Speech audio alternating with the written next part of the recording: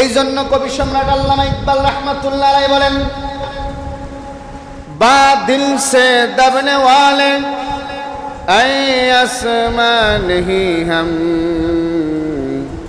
बादिल से दबने वाले ऐ आसमां नहीं हम, सो बर कर चुका है तू इम्तिहान हमारा।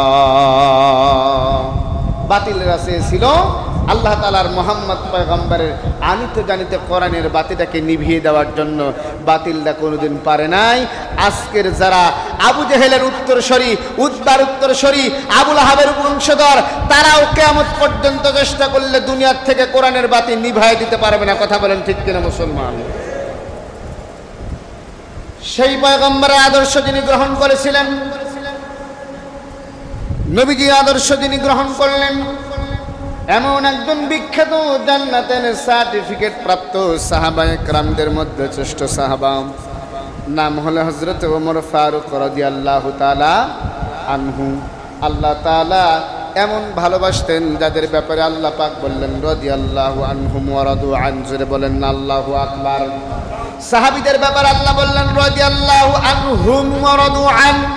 সাহাবীরা হলো আমি তাদের উপরে খুশি, তোমরাও তাদের উপরে খুশি। তাদের অনুসরণ করা লাগবে, কারণ তারা যাকে আদর্শ হিসেবে, মডেল হিসেবে মেনে নিয়েছিলেন, এই দুনিয়ার শ্রেষ্ঠ একজন পয়গম্বর, শ্রেষ্ঠ একজন নেতা, শ্রেষ্ঠ একজন পিতা, শ্রেষ্ঠ একজন নবী, শ্রেষ্ঠ একজন ইমাম, শ্রেষ্ঠ একজন নেতা মুহাম্মাদুর রাসূলুল্লাহ।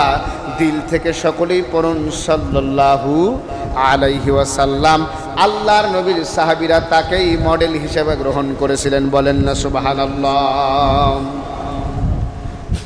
মুসলমান ভাইরা, আমার মুরব্বী বাবাজিরা, যুবক বন্ধুরা, হযরত ওমর ফারুক রাদিয়াল্লাহু তাআলা আনহুকে আল্লাহর নবী যখন খলিফাতুল মুসলিমিন, আল্লাহর নবীর শ্রেষ্ঠ একজন সাহাবী হযরত ওমর যখন অর্ধ পৃথিবীর প্রেসিডেন্ট, যখন তিনি খলিফার দায়িত্ব পেলেন, সরকার প্রধানের চেয়ারের মধ্যে বসলেন, হযরত ওমর রাত্রবেলায় ঘুরে ঘুরে এলাকার রাজাদের প্রজাদের খবর জানতেন। রাতের গভীরে খোঁজ নিতেন কোন লোকেরা খেলো, কে না খেয়ে ঘুমিয়ে পড়লো, কে কোন সমস্যার মধ্যে আছে। এই খবরগুলো নেওয়ার জন্য সাইয়্যিদুনা হযরত ওমর রাদিয়াল্লাহু তাআলা আনহু রাতের বেলায় বের হতেন। কোন একদিন রাতের গভীরে আল্লাহ পয়গম্বরের সাহাবী হযরত ওমর যখন রাত্রবেলায় সাহাবীদের খোঁজ নেওয়ার জন্য, এলাকার মানুষদের খোঁজ নেওয়ার জন্য, প্রজাদের খোঁজ নেওয়ার জন্য, প্রেসিডেন্ট কারে বলে, সরকার কারে বলে, দেশের প্রেসিডেন্ট কারে বলে, প্রধান কারে বলে, এমন একজন প্রেসিডেন্ট অর্ধ পৃথিবী তিনি শাসন করতেন, অর্ধ পৃথিবী শাসন করতেন, কিন্তু জামাটা ছিল তালি দেওয়া। ওমর ফারুক রাদিয়াল্লাহু তাআলা আনহু রাত্রবেলায় যখন এলাকার মধ্যে ঘুরতেন, ঘুরতে ঘুরতে সারা রাত খোঁজ নিতেন কে কোন অবস্থার মধ্যে, কে কোন সমস্যার মধ্যে আছেন। প্রহরীর দরকার হতো না, নিজে একা একাই ঘুরে ঘুরে মানুষদের খোঁজ নিতেন। জোরে বলেন না সুবহানাল্লাহ। বন্ধুরা আমার, মুরব্বিরা আমার, হযরত ওমর একদিন রাত্রবেলায় এলাকার মানুষের খোঁজ নেওয়ার জন্য যখন বের হয়েছেন, হঠাৎ করে সাইয়্যিদুনা ওমরের কানের মধ্যে একজন মহিলার কণ্ঠ, গানের আওয়াজ ভেসে আসলো। একজন মহিলার গানের আওয়াজ যখন সাইয়্যিদুনা ওমরের কানের মধ্যে আসলেন, ওমর বলেন, এই মহল্লার মধ্যে, এলাকার মধ্যে, আমার দেশের মধ্যে গভীর রাত্রিতে যেই সময় তাহাজ্জুদের সময় হয়ে গেছে, লোকেরা তাহাজ্জুদের সালাতের মধ্যে ব্যস্ত।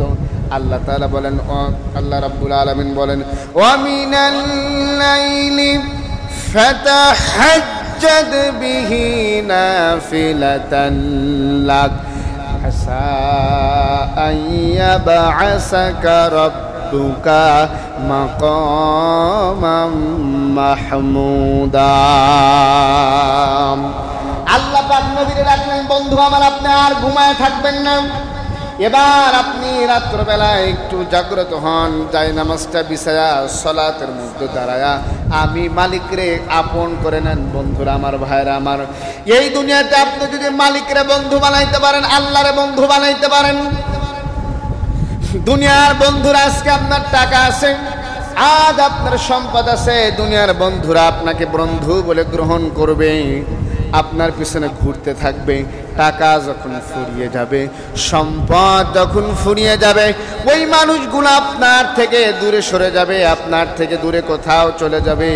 কিন্তু আপনি যদি পয়গম্বরদেরকে বন্ধু বানান, আল্লাহকে বন্ধু বানান, আল্লাহ বলেন আল্লাহু ওয়ালিয়ুল্লাযীনা আমানু ইখরিজুহুম মিনাজ যুলুমাতি ইলা